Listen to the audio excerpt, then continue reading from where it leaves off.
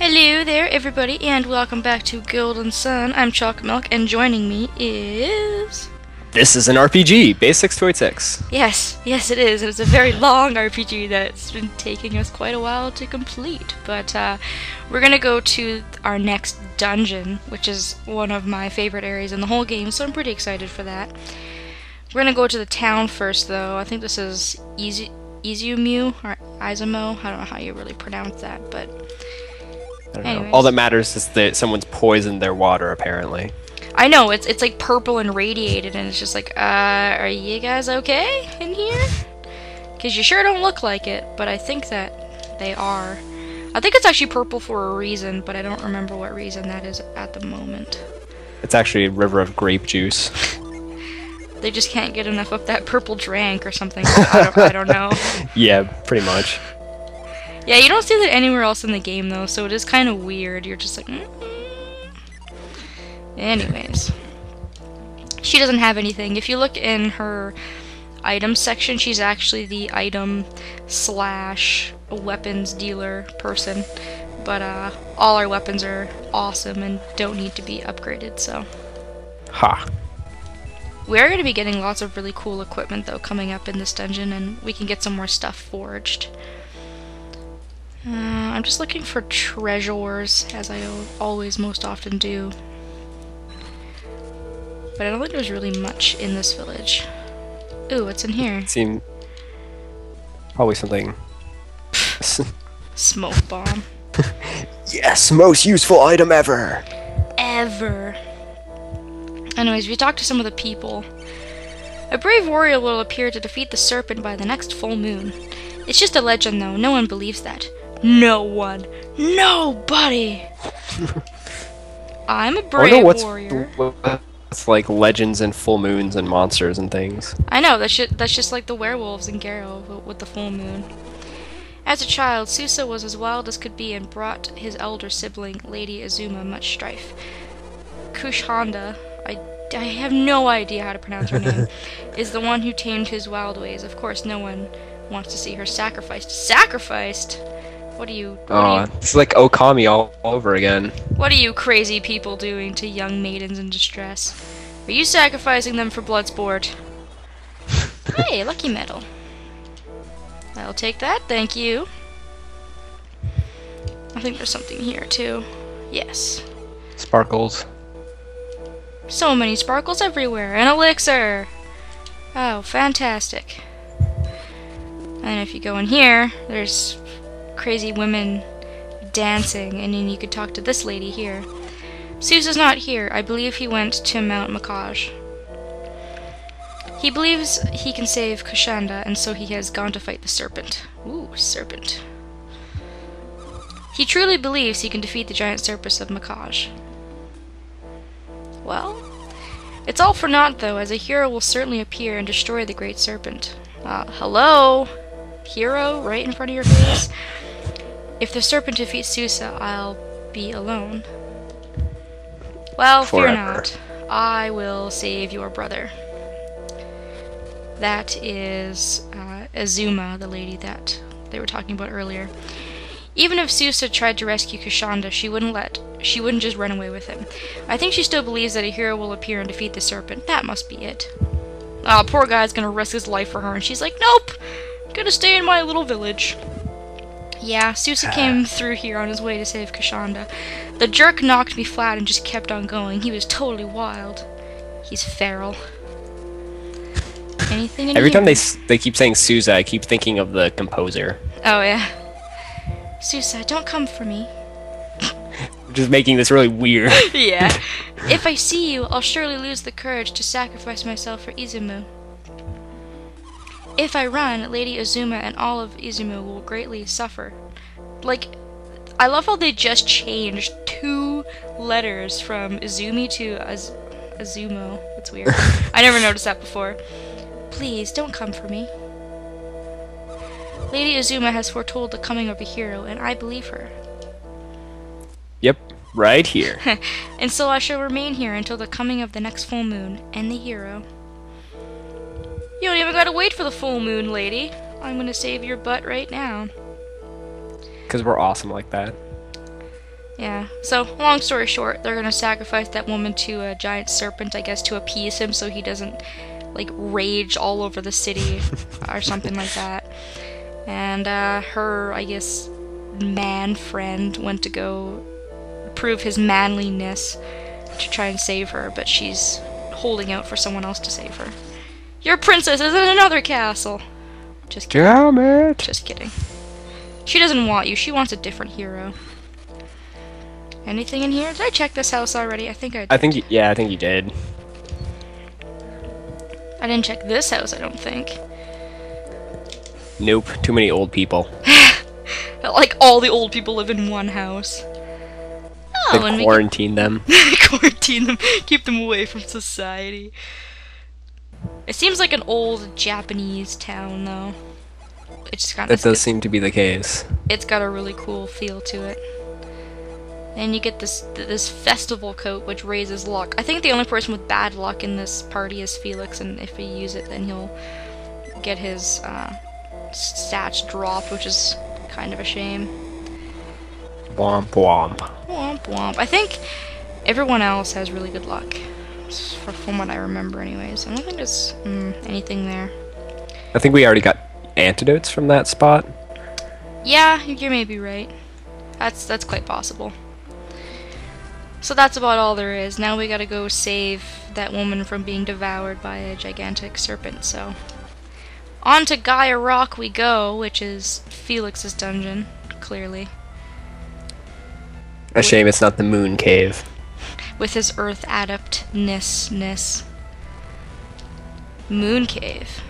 I keep thinking of, the scenario reminds me of Okami, so I think it was the Moon Cave from Okami, but now I'm not sure. Isn't that like the whole premise of Okami is like the young girl is getting sacrificed and you have to like save her? Yeah, pretty much. Well, that's like the first part of the story. That game is pretty awesome. It is. The artwork's really cool. Alright, so this plays is pretty darn cool. I just like the way it plays. I don't know, and then the whole serpent thing is cool to me. I don't know why. Maybe I'm cruel. You just love them sacrificial maidens. Yeah, apparently I'm just like cruel. I'm just like, ah ha ha, sacrifice all of the beautiful maidens in town. Or something, I don't know. I was talking to some cats yesterday, and I don't know how this happened, but somehow we got on the topic of virgins and how they're used so often in the ancient mythology for everything. And we're just like, yeah, you should just have like a storehouse of virgins to keep around for any kind of monster crisis that would pop up or anything. If you ever need anything, just give a virgin to whoever wants something, and then you're golden. It's just like, we want 18 virgins. No problem! Well, I got the stock for you. Yeah, that's terrible. Yeah, it's pretty bad. Nut. Who's carrying them? Is it Sheba? Oh, Jenna's handling all the nuts. Ew. I just gave her her brother's nut. Gross. It's just weird. And then you always forget that they're related, or at least I do. I'm always like, wait, oh yeah, I forgot, that's a thing. It's probably because they don't have the same hair color at all. And they're not even the same adept. Yeah, so that's just confusing. But I guess that makes sense why their hair color is different, because they're different adepts. We have to have color coordination. Maybe they've got different parents. One of them was, like, her mom was, like, screwing the mailman or something. Felix is the brother from another mother. Yeah, something like that. Just making sure I'm not missing anything in this area. All you have to do is really just swing on these vines to make your way around. But like Tarzan. Yeah. Which is kind of cool in my opinion. Okay, I just gotta go grab that boulder and push it down. You need to go to the outside of the dungeon before you can go to the inside. You can actually just run through this place without doing virtually anything in the dungeon, but it's not recommended because the boss's strength actually depends on how much you've done so far. Which is kind of cool, actually. That is pretty clever. So you gotta kind of pay attention to what you're doing, or else you will get super beaten by this boss. Whee!